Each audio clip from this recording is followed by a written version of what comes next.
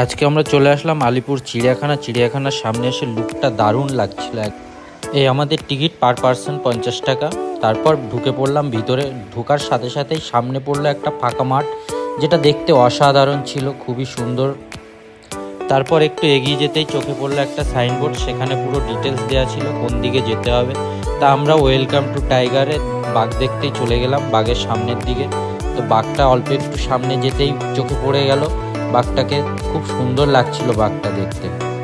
বাঘটা দেখি খাঁচার ভিতরে ঘোরাঘুরি করছে।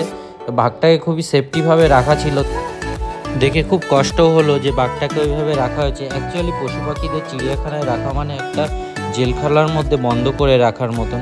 তারপর কি করব, চিড়িয়াখানার থেকে বাঘটা দেখে সোজা এগিয়ে গেলাম। আমি এখন চলে এসেছি টিয়া পাখি দেখতে। তারপর দেখি তোতা পাখিগুলো খাঁচার ভিতরে সব ওড়াউড়ি করছে, ডাকাডাকি করছে, তারা সবাই মিলেমিশে ছিল দেখলাম। তারপর দেখি এখানে একটা সাইনবোর্ড। এখন তোতা পাখি দেখা হয়ে গেছে, কাকাতুয়া।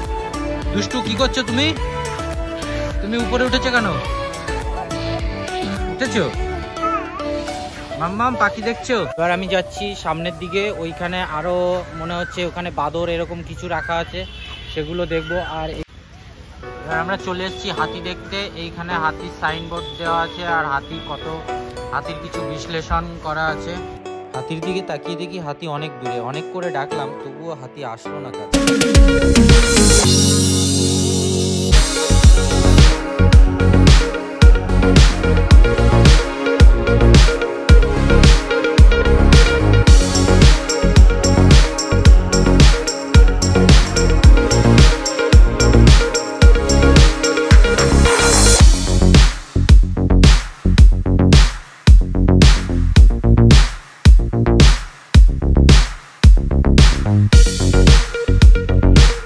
এবার চলে এসেছি চাইনিজ সিলভার পাখি দেখতে। পাখিটা দেখতেই খুব এত সুন্দর ছিল, ওই যে ভিতরে ঘুরে বেড়াচ্ছে, দারুণ লাগছিল দেখতে পাখিগুলোকে।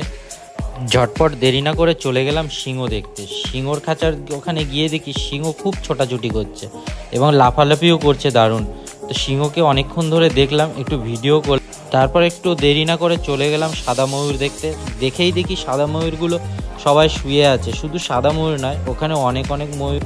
তারপর একটু দেরি না করে চলে গেলাম গ্রেট ইন্ডিয়ান হর্নবিল দেখতে। পাখিগুলো সবাই দেখি বসে আছে খাঁচার ভিতরে।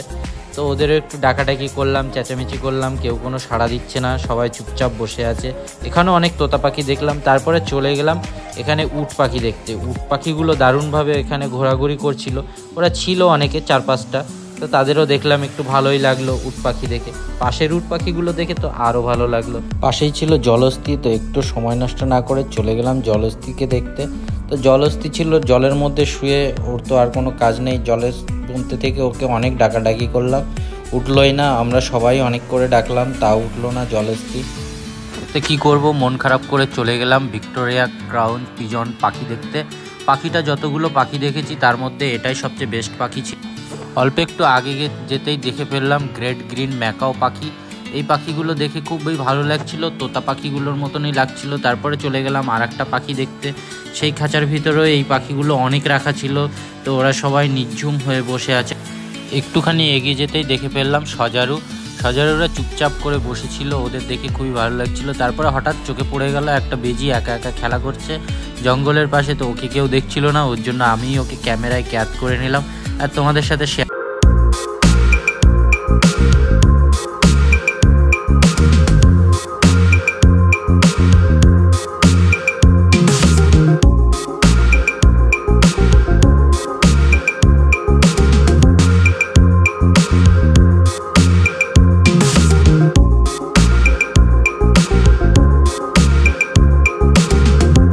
তারপরই দেখে ফেললাম শিয়াল তো একা একাই ঘোরাঘুরি করছে, ওকে খুব কষ্ট দিয়ে রাখা হয়েছে।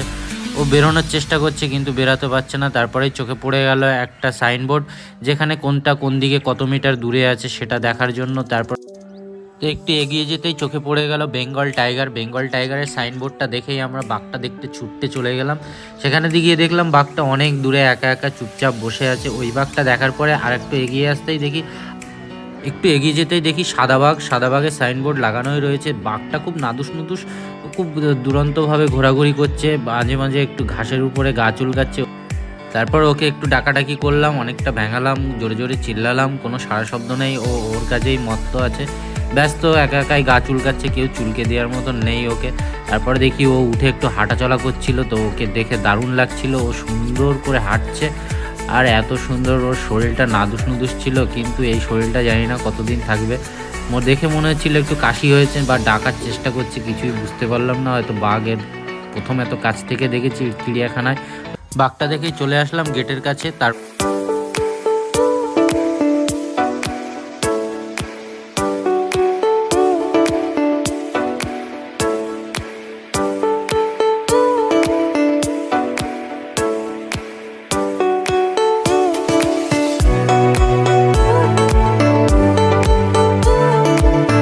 করে শ্যুট করে দেখে চলে গেলাম জিরাফ দেখতে। জিরাফ দেখে দেখছি যে হ্যাঁ, আমি অনেকদিন আগে এসেছিলাম, তখন অন্য জিরাফগুলো ছিল, এগুলো খুবই বাচ্চা জিরাফ।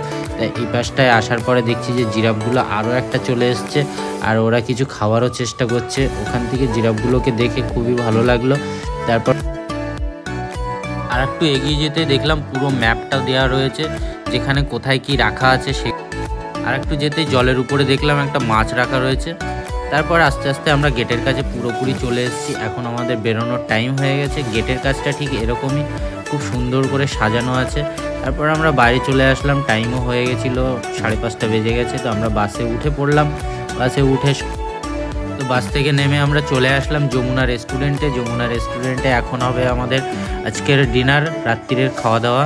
তারপরে আমরা সবাই মিলে অর্ডার দিয়ে দিলাম আমাদের যেটা হয় স্পেশাল বিরিয়ানি। তবে বিরিয়ানির ভিতরে এখানে অনেক রকম কোয়ালিটির আছে, আরও অনেক কিছু খাবার পাওয়া যায়। তো মেনু কার্ডটা একবার হলো আপনাদের দেখিয়ে দিই, আপনারা দেখে এখান থেকে কখনও যদি আসেন মেনু কার্ড দেখে অর্ডার দিতে পারবেন। এবং এখানের খাবারগুলো কিন্তু খুবই সুস্বাদু হয়, আর খুবই ভালোই হয়। তো এর কোনো রিভিউ নেই, খুবই কম ভিডিও এখানে সবাই বানায়। তো আমরা এখানে এসেছি, এটা আমাদের বাড়ির কাছে, তো সেই হিসাবে আমাদের এখানেই খাওয়া দাওয়া বেশি হয়। অনেক রকম টেস্ট আমরা ট্রাই করেছি, সব খাবারগুলোই কিন্তু আমাদের খুবই ভালো লাগে। এবং যেগুলো আছে খুবই অল্প দাম, কোয়ান্টিটির মধ্যেই থাকে। বাইরের বিরিয়ানি বা বাইরের খাবার হিসাবে সেরকম কিছু হাইফাই নয়। তো এর মধ্যে আমাদের বিরিয়ানি চলে আসলো, আমরা প্লেটে সার্ভ করে নিলাম। নেওয়ার পরে সবাই মিলে আস্তে আস্তে বিরিয়ানি খেতে শুরু করলাম। আমরা যে বিরিয়ানিটা অর্ডার দিয়েছিলাম এটা অনলি 99। আর তারপরে ওই সবাই মিলে খেয়ে দে, বিরিয়ানির টেস্টটা কিন্তু দারুণ ছিল, খুবই ভালোও লাগলো বিরিয়ানি খেতে।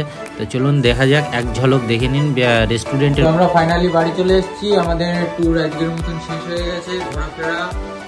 তো গুড নাইট, দেখা হবে নেক্সট ভিডিওতে।